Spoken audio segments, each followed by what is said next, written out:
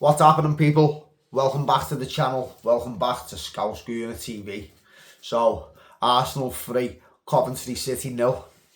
And what a performance. So, it was a great result and a great performance to go with it.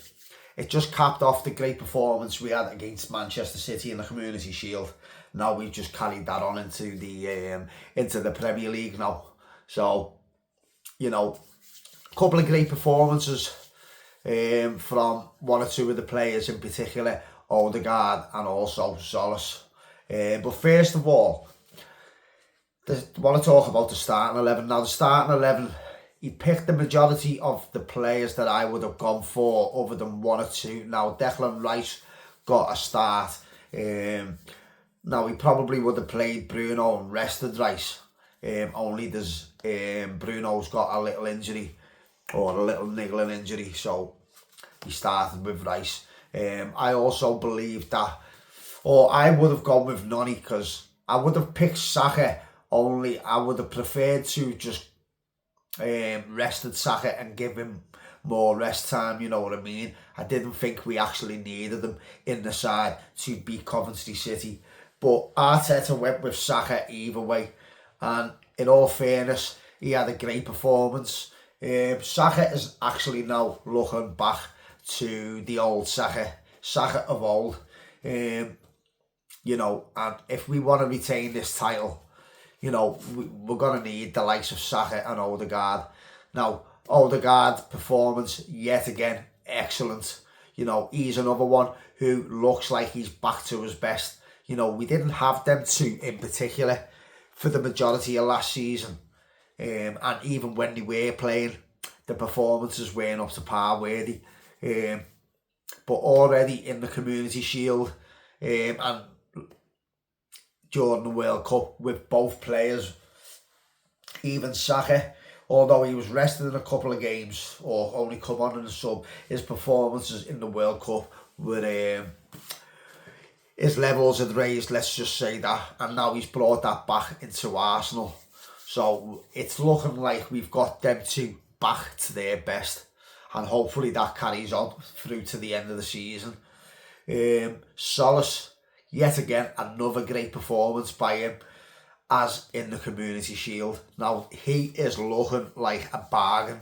Now, if his performances carry on through the rest of the season, he could be the bargain of the season. £35 million, I'm pretty sure. Now, I know we got the assist, whether it was an assist or not, for Saka's goal. I know the goalkeeper parried it out, so I'm pretty sure the Premier League are not going to give him the assist. But he still had a big part in it, didn't he? Since he's been at the club already, through pre-season, Community Shield, and yesterday, he's got a goal or an assist in every game. So like I say, he is proven to be a bargain already, and he's proven to be, somebody we can rely on. He's proven to be someone we didn't expect from him, being an unknown player.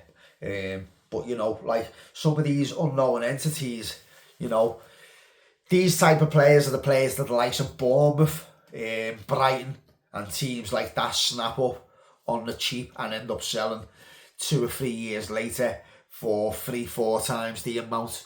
So let's just hope this is the type of player that they would have bought that we've now brought into our club, and get them type of performances. And hopefully we've got ourselves a bargain and a little superstar in the making. But yeah, great performance all round from everyone in the team. Mosquera back in the squad again, deputising for Saliba. Another great performance, or should I say another very good performance. I've got no problem with Mosquera deputising for Saliba, a centre back. But yeah, we've just brought in Konza. Whether he's gonna be available for the next game against Aston Villa is yet to be seen. But we will see on that one. Myself personally, I would probably just carry on and wouldn't mess around with the defence too much. You know, Community Shield in the first game, 2 games, 2 clean sheets, and we're looking good as it's set up. So I wouldn't, you know, and it's at Villa Park, so I probably wouldn't risk it. You know, let him bed himself into the team with a few more training sessions, keep him out for that one. That would be my preferential choice anyway. But yeah, great performance, like I say. But as we speak, something else I also want to mention. Manchester United got beat by 2-0 by Hull City. And I seen some of their content creators talking that they will be on a title challenge this season. And yet already they've gone and got beat 2-0 by newly promoted Hull. Albeit it was at Hull.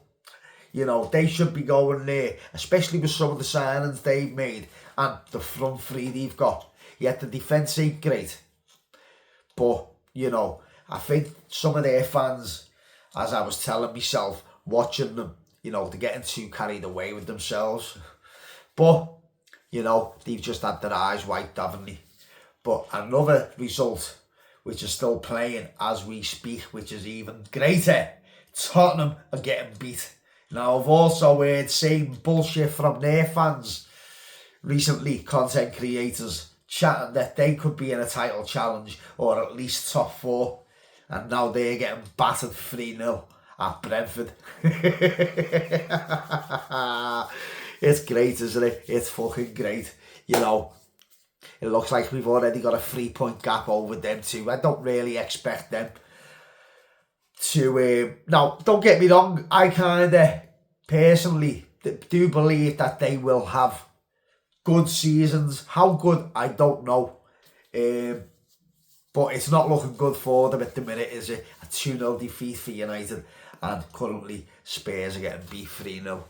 You know, you just have to wait. All we need now is Liverpool and City to drop points tomorrow. And already after week 1, it will be pretty much a perfect week for us Arsenal fans. Don't you just love it? But anyway, guys, that's my video. That's my review for the Coventry City game. If you like the video, give it a big thumbs up. Comment down below. Share the video far and wide, and please subscribe. It's right down there. So guys, I'll see you all on the next one. Peace out.